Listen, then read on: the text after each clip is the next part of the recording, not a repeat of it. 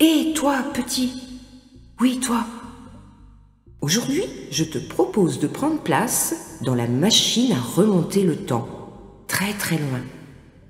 Nous partons à la découverte de nos lointains ancêtres. Nous voilà arrivés dans la préhistoire. La préhistoire est une période qui démarre il y a plus de 4 millions d'années et s'achève il y a 3300 ans environ avec l'arrivée de l'écriture. Elle se répartit en deux grandes périodes, le paléolithique, l'âge de la pierre taillée, et le néolithique, l'âge de la pierre polie.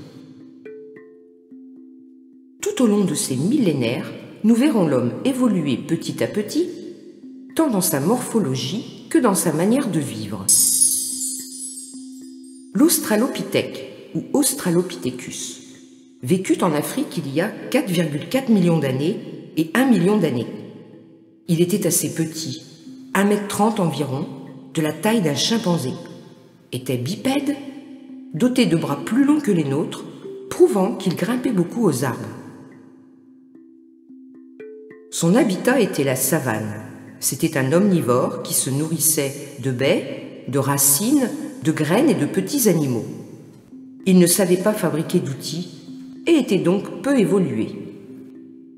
Un exemple célèbre de fossile retrouvé relativement complet à 40%, celui de Lucie, âgée de 25 ans environ, qui devait mesurer 1,10 m et peser 30 kg, qui ne serait pas un ancêtre homo, mais plutôt une représentante d'une branche collatérale. L'Homo habilis vécut en Afrique de l'Est entre 2,3 millions d'années et 1,5 million d'années. Les premiers fossiles nous permettant de le découvrir furent trouvés en 1960 en Tanzanie. Cette espèce d'homo, homme, mesurait de 1,30 m à 1,40 m pour un poids de 35 à 45 kg pour les mâles, les femelles étant beaucoup plus petites. Il était aussi bipède et possédait un cerveau très peu développé, vu la taille de sa boîte crânienne. Il était omnivore également. L'Homo georgicus aurait vécu en Géorgie, Caucase, d'où son nom, il y a environ 1,8 million d'années. Des fossiles, 5 crânes et une mâchoire, furent découverts en 1991 sous un village enseveli dans une coulée basaltique. Dans ce même lieu furent aussi trouvés des bifaces taillés, ce qui nous indique qu'il avait déjà la notion d'outil. L'Homo erectus vécut en Asie entre 1 million d'années et 140 000 ans. Erectus signifie dressé, droit. Les premiers fossiles de cette espèce découverts furent des dents dans la région de Pékin en Chine. Il mesurait 1,50 m pour 50 kg environ. Il était très robuste, doté d'une mâchoire puissante. C'était un omnivore cueilleur qui se nourrissait de fruits, de plantes, racines et de petits animaux. L'homme de Java, aussi appelé pithécanthrope, homme-singe, sous-espèce de l'Homo erectus. Il vivait en Indonésie entre 1 million d'années et 300 000 ans. Ses premiers fossiles furent découverts en 1891 en Java oriental. Des molaires, boîtes crâniennes, des fémurs. C'était un omnivore comme ses prédécesseurs.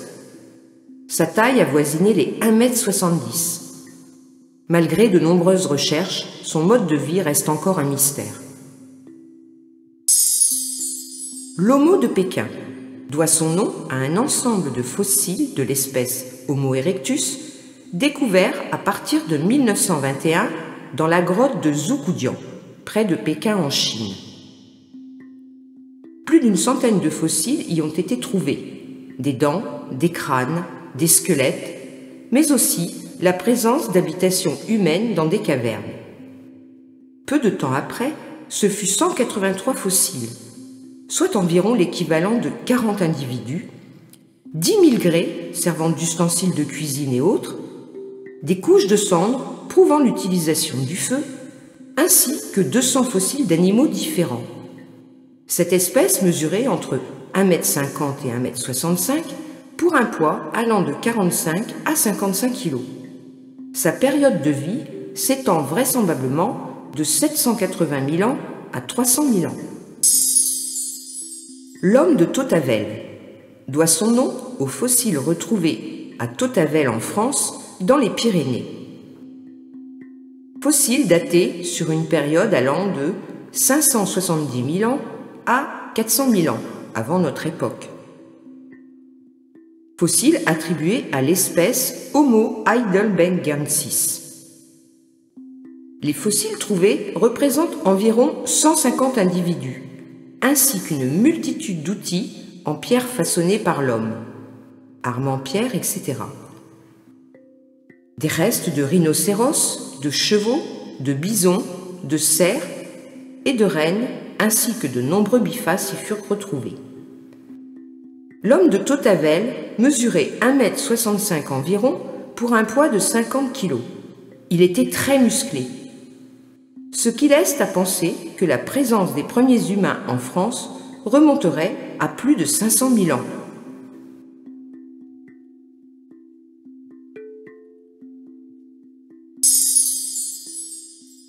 L'Homo florensiensis, ou homme de Florès, a vécu en Indonésie, sur l'île de Florès, d'où son nom, où des fossiles datés entre 100 000 et 60 000 ans furent découverts dans la grotte de Liangbiu. Il s'agissait des restes de 9 individus relativement complets: crâne, jambes, mains, pieds, colonne vertébrale, ainsi que des outils. Cette espèce était de très petite taille, entre 1 m et 1,10 m, et devait peser environ 25 kg, sûrement une certaine forme de nanisme. C'était un bipède au cerveau très petit, proche de celui du chimpanzé. Il aurait disparu probablement suite à une éruption volcanique dans cette région.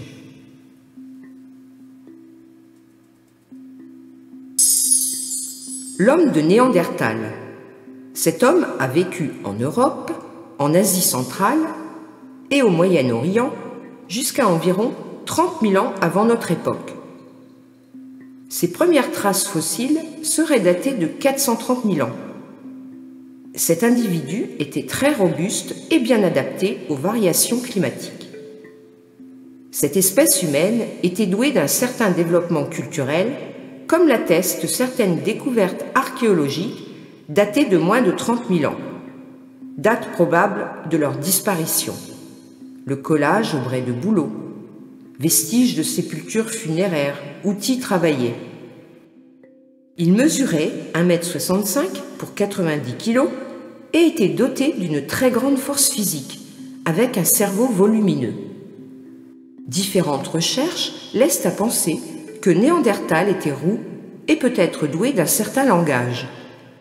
Ces outils étaient fabriqués en silex, de l'adhésif naturel en résine, des épieux en bois, des bijoux en os. C'étaient des artisans de la pierre et de grands chasseurs, dont l'alimentation était principalement la viande. Ils vivaient en groupe dans des cavernes. C'est aussi la naissance des premiers signes géométriques gravés dans la pierre. Les premiers à utiliser les plantes pour avoir la couleur, l'ocre principalement, et ainsi teindre leur peau de bête leur servant de vêtements. À savoir, l'homme moderne, nous, avons dans nos gènes 2% de gènes néandertaliens acquis par hybridation.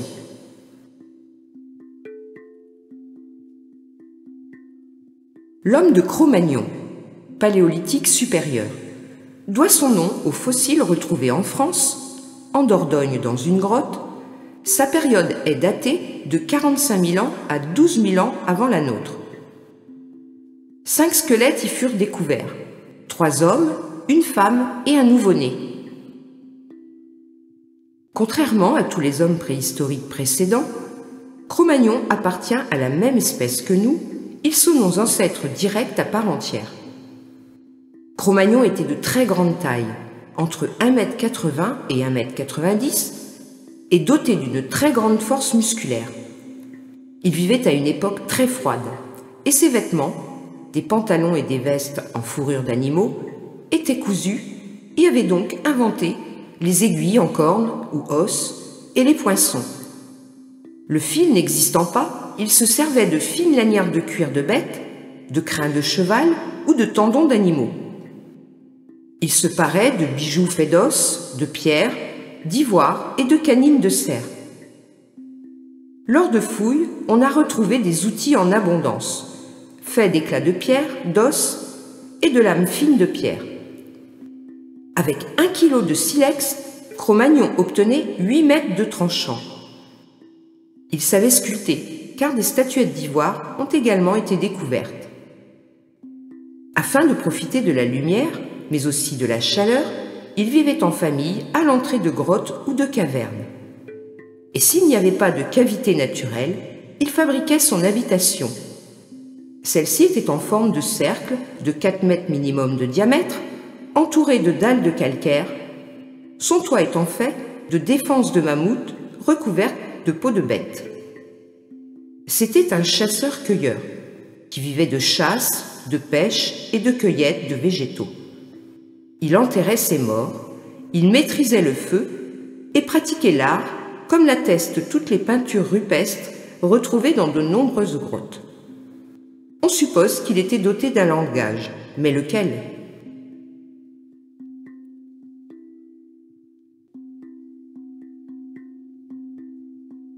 Après la découverte de l'écriture en Mésopotamie il y a 3300 ans environ, la préhistoire prend donc fin et nous entrons dans une nouvelle période, l'histoire, dont nous faisons toujours partie à l'heure actuelle. Ainsi prend fin notre voyage à la découverte de nos ancêtres. Je te dis à bientôt, petit.